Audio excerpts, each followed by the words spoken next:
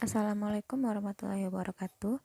Saya Rizky Ramadhani akan mempresentasikan tentang penggunaan pektin dari bahan alam sebagai bahan pembuat cangkang kapsul. Nah, tujuan dari penulisan ini yaitu membuat cangkang kapsul dari pektin agar kehalalannya lebih terjamin. Kenapa demikian? Karena pada umumnya e, obat kapsul atau cangkang kapsul itu terbuat dari gelatin. Nah, gelatin ini biasa didapat dari babi, karena babi mengandung gelatin yang sangat banyak.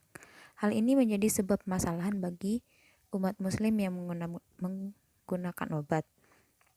Nah, dengan adanya permasalahan ini, kita harus menemukan sebuah inovasi baru yang mana kita bisa yakin dengan kehalalan dari obat ini. Salah satunya yaitu dengan menjadikan pektin sebagai bahan dasar pembuat cangkang kapsul.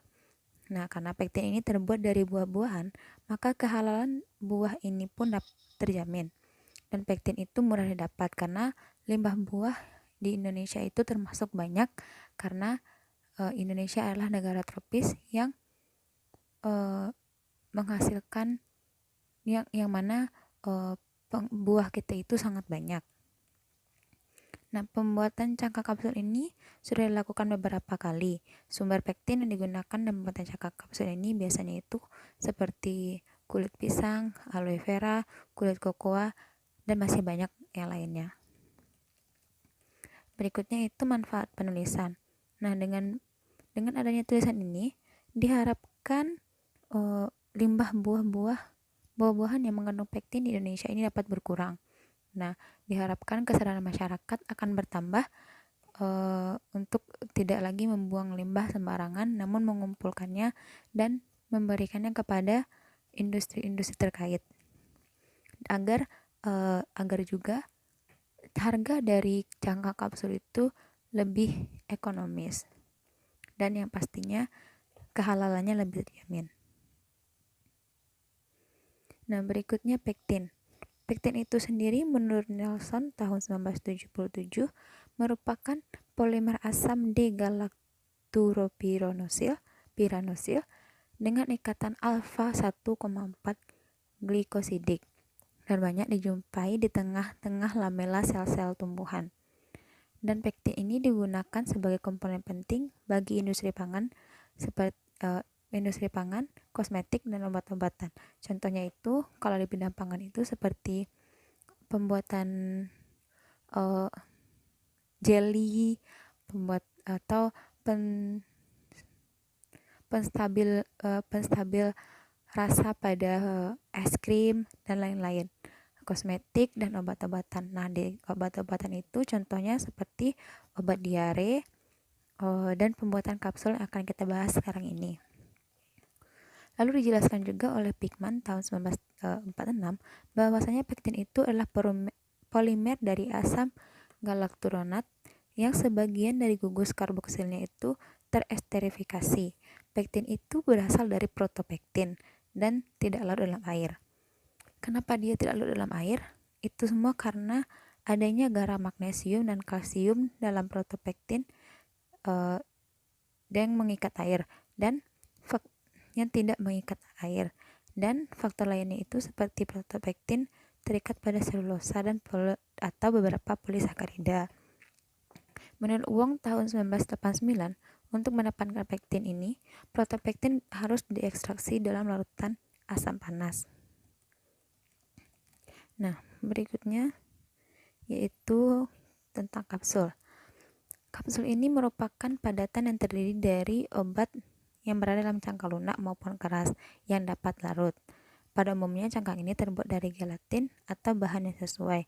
Hal ini dikemukakan oleh Kementerian RI tahun 2014. Disebutkan juga oleh Hastuti tahun 2007 bahwasanya bahan dasar yang sering digunakan oleh industri farmasi untuk drug delivery system bisa berasal dari sintesis maupun polimer. Nah, dan saat ini yang paling sering digunakan untuk obat-obatan itu yaitu gelatin.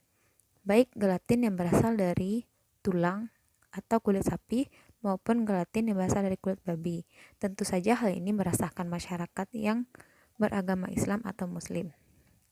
Nah, Erika tahun 2013 menyatakan bahwasanya pektin dapat digunakan sebagai pengganti gelatin.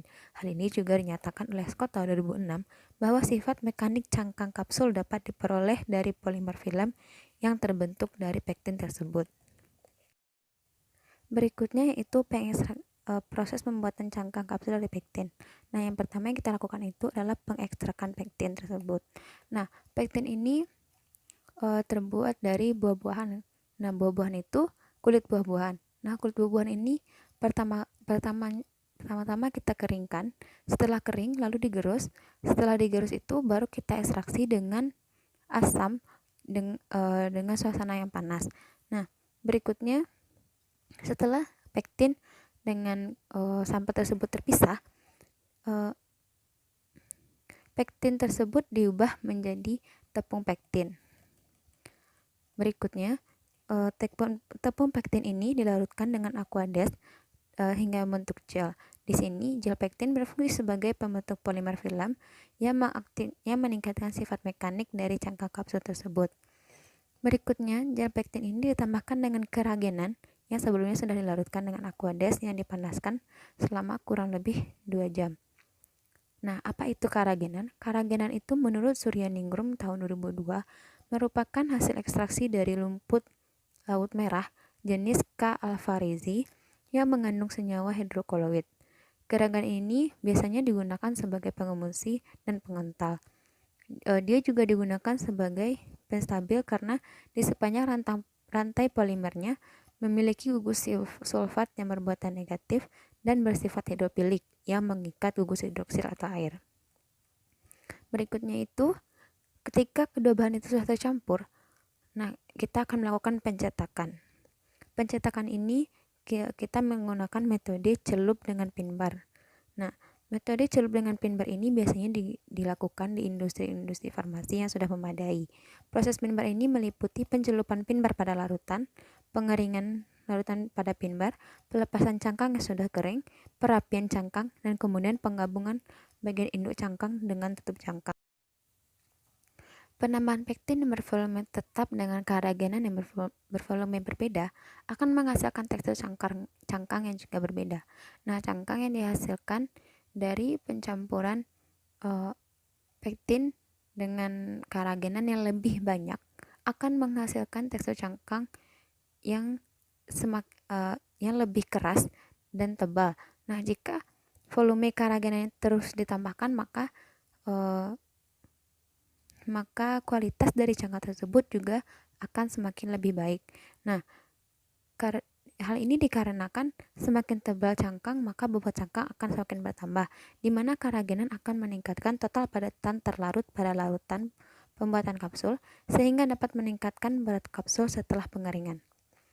Nah, ketebalan kapsul dalam proses ini dipengaruhi oleh beberapa faktor, di antaranya itu seperti pemutaran cetakan saat pencelupan.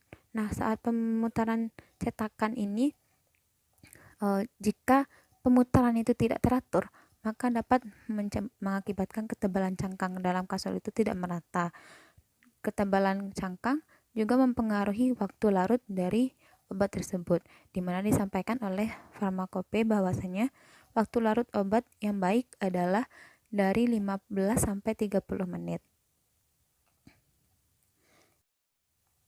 Pembuatan cangkang kapsul dari pektin ini sangat berguna bagi industri farmasi karena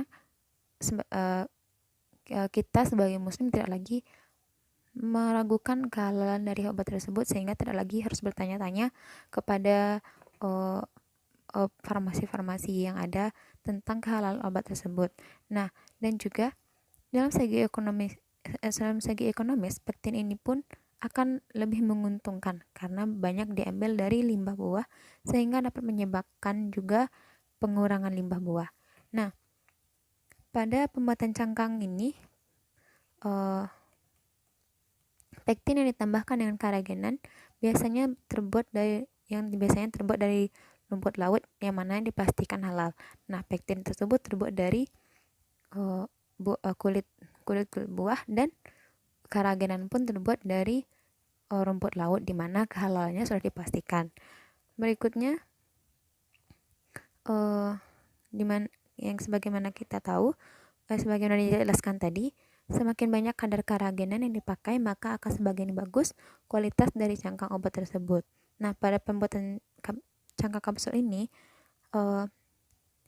ketebalan cangkang sangat diperhatikan karena dapat mempengaruhi waktu larut obat dalam tubuh.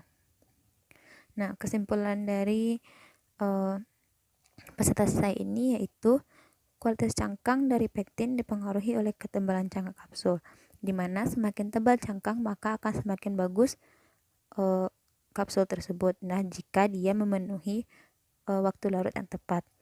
Yang kedua, kualitas cangkang yang baik adalah apabila cangkang tersebut mengandung keragenan yang lebih banyak.